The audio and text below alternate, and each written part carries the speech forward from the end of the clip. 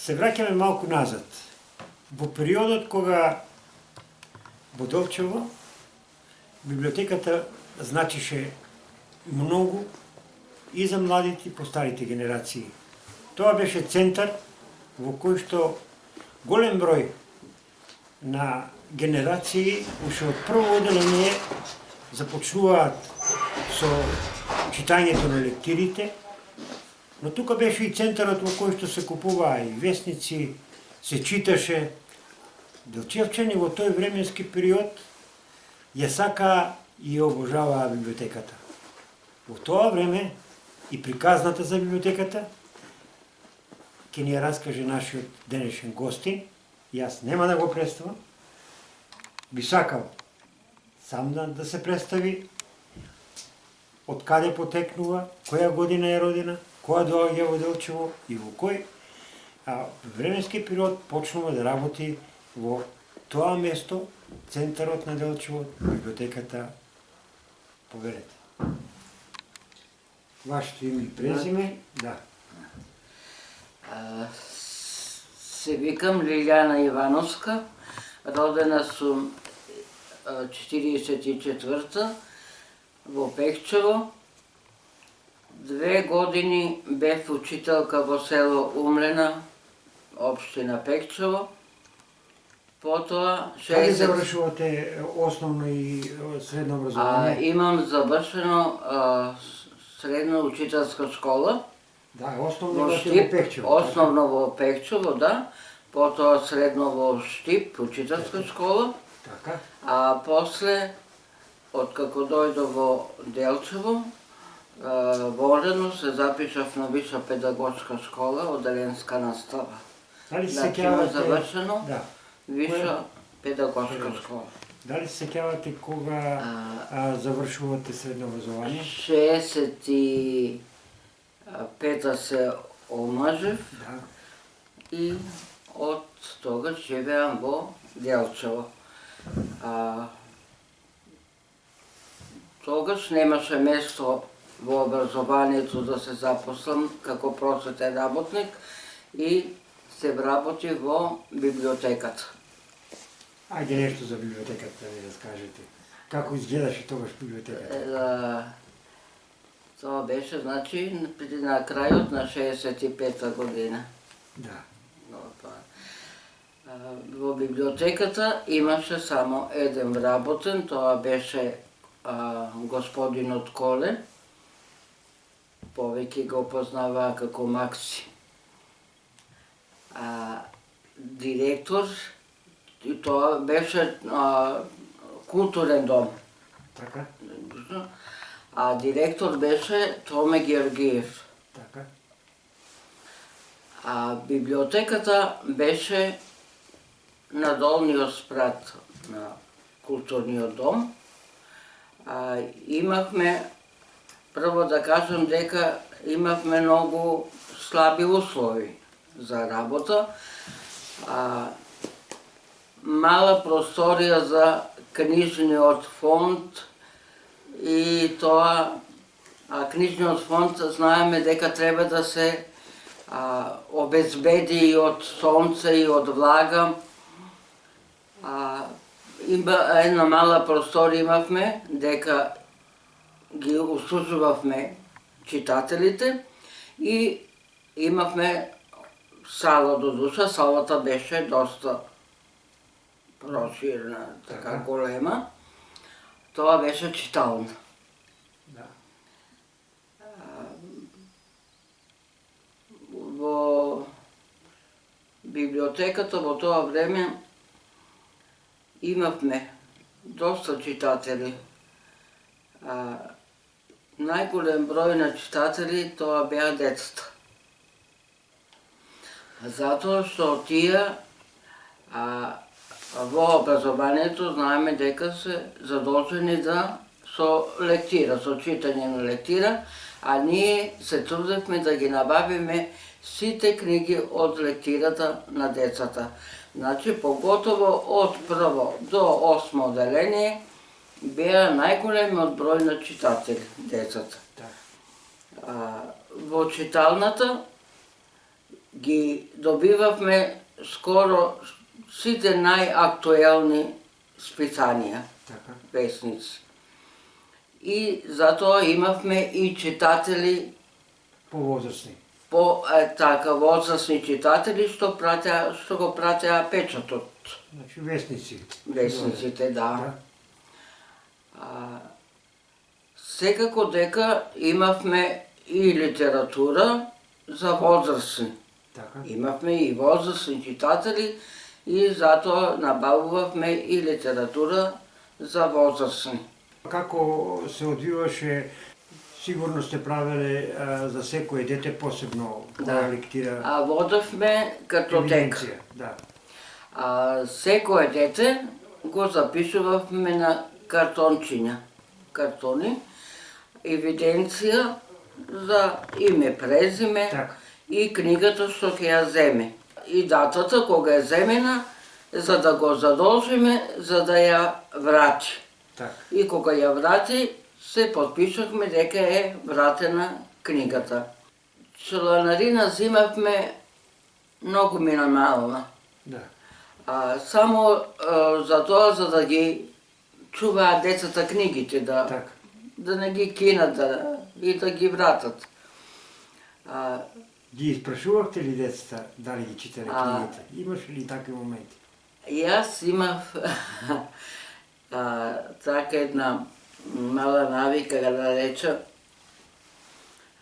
проведувах неколку од децата, ги проведував, ајде деца, им викав, ајде раскажи ми да видам дали си ја не дали се ја прочитал, да не ги навредам, него да видам дали си ја разбрал книгата и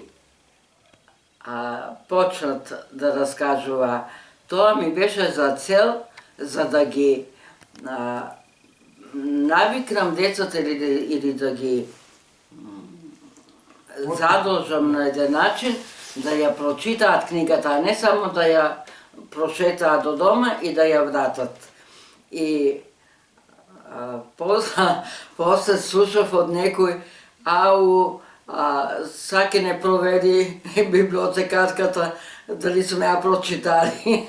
Значи, тоа го кај нив, значи, успеах во еден начин да ги читаат книгите. Колку години се задржавте во стариот културен дом? После неколку години се преселивме во новиот културен дом. Само вие и Чоколово, исто така, во тој временски период работите. Друг никој не работи во библиотеката. Во старата библиотека бевме само јас и Коло. Одевме во смени. Да. Цел ден беше отворена библиотеката, работеше. Одевме во смени, еден пред другиот поручик, се меневме на недели. А дали имаше отворено, това да се малку вратиме назад, дали таа библиотека додека вие работехте во првите години и после тоа услужуваше и деца од селските населби? Ние во тоа време одевме и по селото. Со подвижна библиотека. Така. Поготово во тие подалечните во Драмче и во Бигла поредко одехме. Во Драмче одехме повеќе.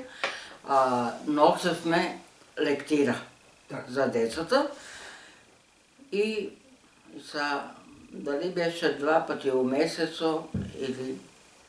Не, битно важно сте биле во... Важно одевме и ги услужувавме и децата од селото со лектира.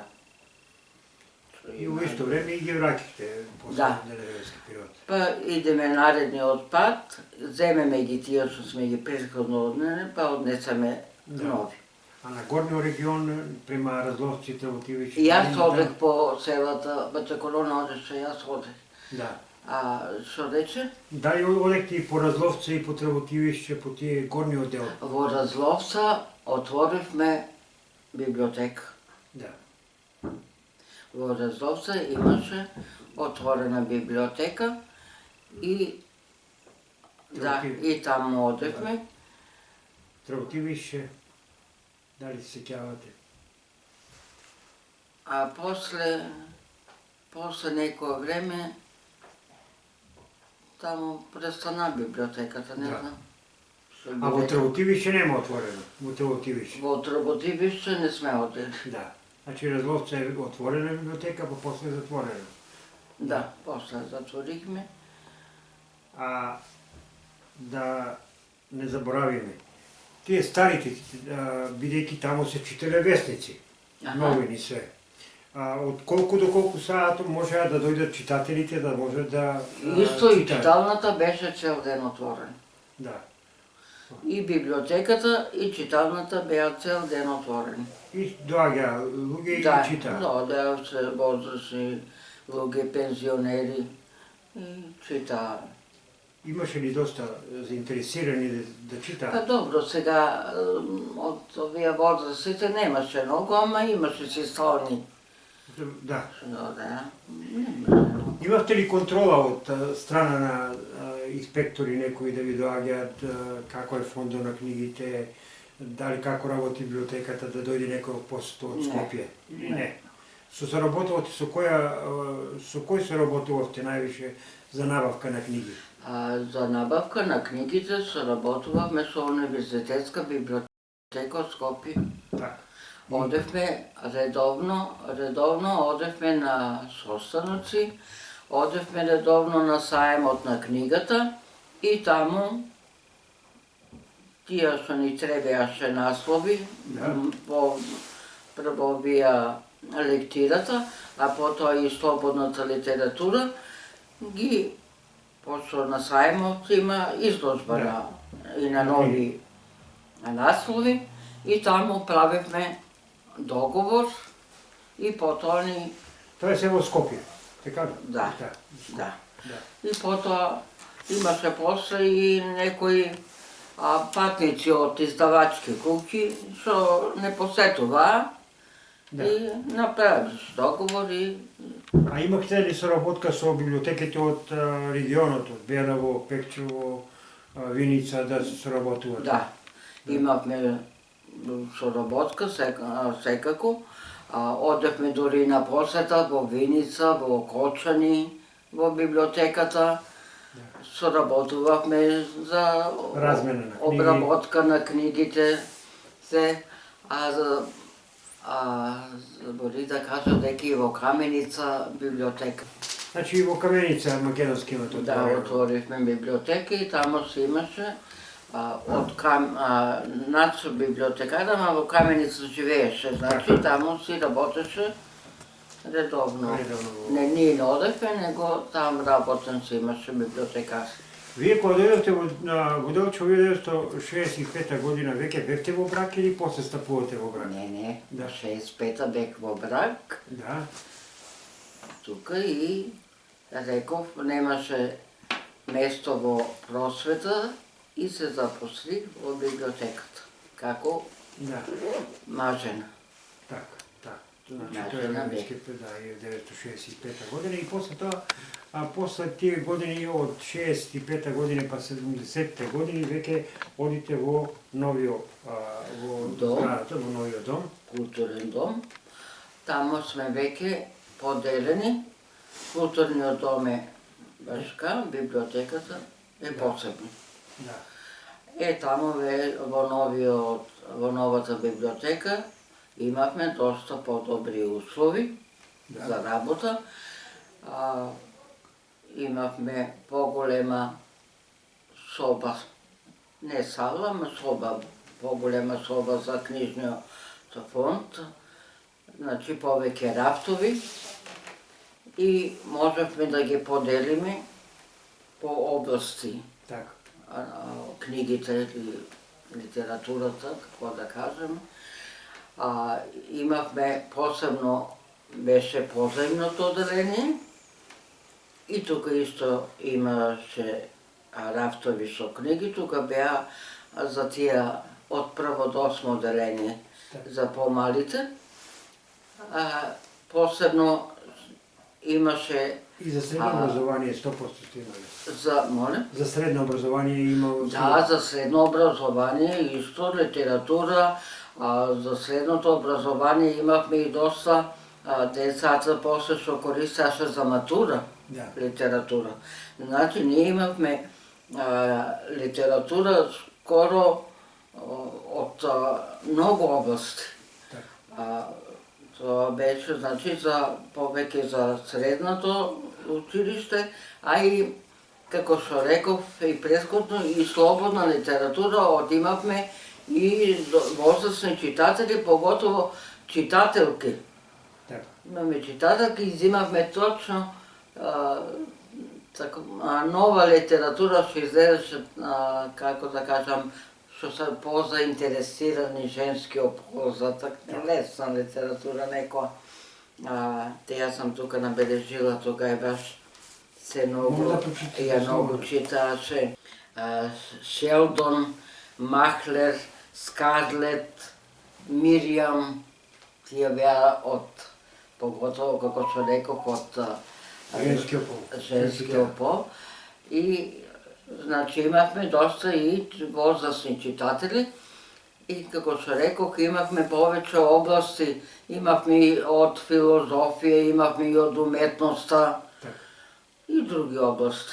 Имаше ли литература за тие кои што веќе одеа и на факултет? Да бараш од вас некоја литература? Дали се сеќавате? Па имаше нешто за факултет, ама после. Веќером за средно и за основно образование. За основното и за средното образование, па добро, имаше нешто од, например, од филозофија, имаше што да деца нешто. Тоа по се беше позадолжен за таа литература. И сега да ни кажете, според вас, интересот на делчевчани за читањето, за библиотеката, дали беше задоволителен во тој временски период? Како се одвиваше? Дали во тој почетен период од 60-те години, 70-те години имало повеќе или помалку читатели? Кога имавте најголем број на читатели во вашиот период, додека сте биле вие во библиотеката? Не би рекла дека имавме помалку и кога се преселивме во новиот дом не имавме доста читатели. Се беше да напомнам за кога реков за поземното оделение. Во поземното оделение работеа двајца. Ние двете, јас и колешката Цвета, работевме на каталогизација на книгите. Тоа е обработка на книгите. Секоја книга требаше да ја обработиме, имаше картончиња, специјални картончиња. На тие картончиња требаше на секоја книга да се откуца, на машина куцавме, секоја книга да се откуца од писателот од која држава е, бројот на писателот, па книгата дали е роман или поезија или раскази, број посебен, и потоа се пишуваше писателот, кој е, па наслов на книгата, па кој ја превел, значи тоа е каталогизација на секоја книга. И шкафче, имаше шкафче со фиокички и од тие фиокички имаше секоја посебна литература. Тамо ги стававме карточињата. За полесен достап за некоја книга која ќе траžат читателите. Дали може да ни кажете во вашиот период, додека бевте во библиотеката, после тоа, кој се после вас вработува? Кој затекнавте после, пред да се пензионирате? После нас? После нас... Цвета, рекоште. Цвета. Ама Цвета дојде уште у старата библиотека. Добро. Батеколо ојде у пензија Добро, и дойде Цвет. добро. И после, заедно со Цвета, појдовме у новиот културен дом, а таму библиотеката помина од културниот дом Славица Благајник, Добро. Боце исто беше во стариот културен дом, ама он работеше у Работнички универзитет. Така. Значи Боце, и после го примија Ѓорги од Разловца, значи какво се Не е прозиваш? битно. Ѓорги, така. Те тие беа нови. Да. А која година одите во пензија? Која година се пензионирате? Пензионирах се 2001 година, февруари. Што би им препорачале на децата, на младите генерации, на постарите, за тоа што вие цел живот го посветивте во библиотеката? Што значи книгата за човекот?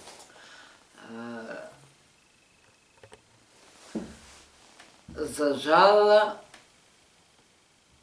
изгледа дека сега во посебните, во наредните генерации, не наредните, во последните генерации изгледа дека се помалку се чита. Повише интернет, Повеќе компјутери. така, повеќе се на интернет, на телефоните, и за тоа би препорачала никако да не се запоставува книгата. Никогаш не можеме да ја споредиме книгата со интернето или со компјутерот. телефонот. Од книгата е нашето богатство. Од книгата, од како што са старите приказни, тоа од старите приказни има многу напишани работи, значи ние можеме многу да ја запознаеме, научиме и историјата на нашиот народ, и навиките, и Културата. обичаите. Да. Ја на крајот, сепак, тоа да не го заборавиме, дали може да се сетите преку ваши раце колку книги поминале? Преку ваши раце колку книги поминале? Од прилика бројка. Не може да се сетите. Мога да се сета. И јадници книги. И гадници, може да се рече. А колку имате прочитано книги од прилика? Па да ви кажа, јас имам многу прочитани книги во библиотеката. Секоја книга што дојдеше нова, јас ја прочитах. Да. Толку имав интерес. Прво да ја прочитам јас, па да ја препорачам на други. читателите. Так. И скоро сите книги нови што имаше, јас сам ги прочитал. Тоа е едно големо богатство. Затоа си ја читам си пак.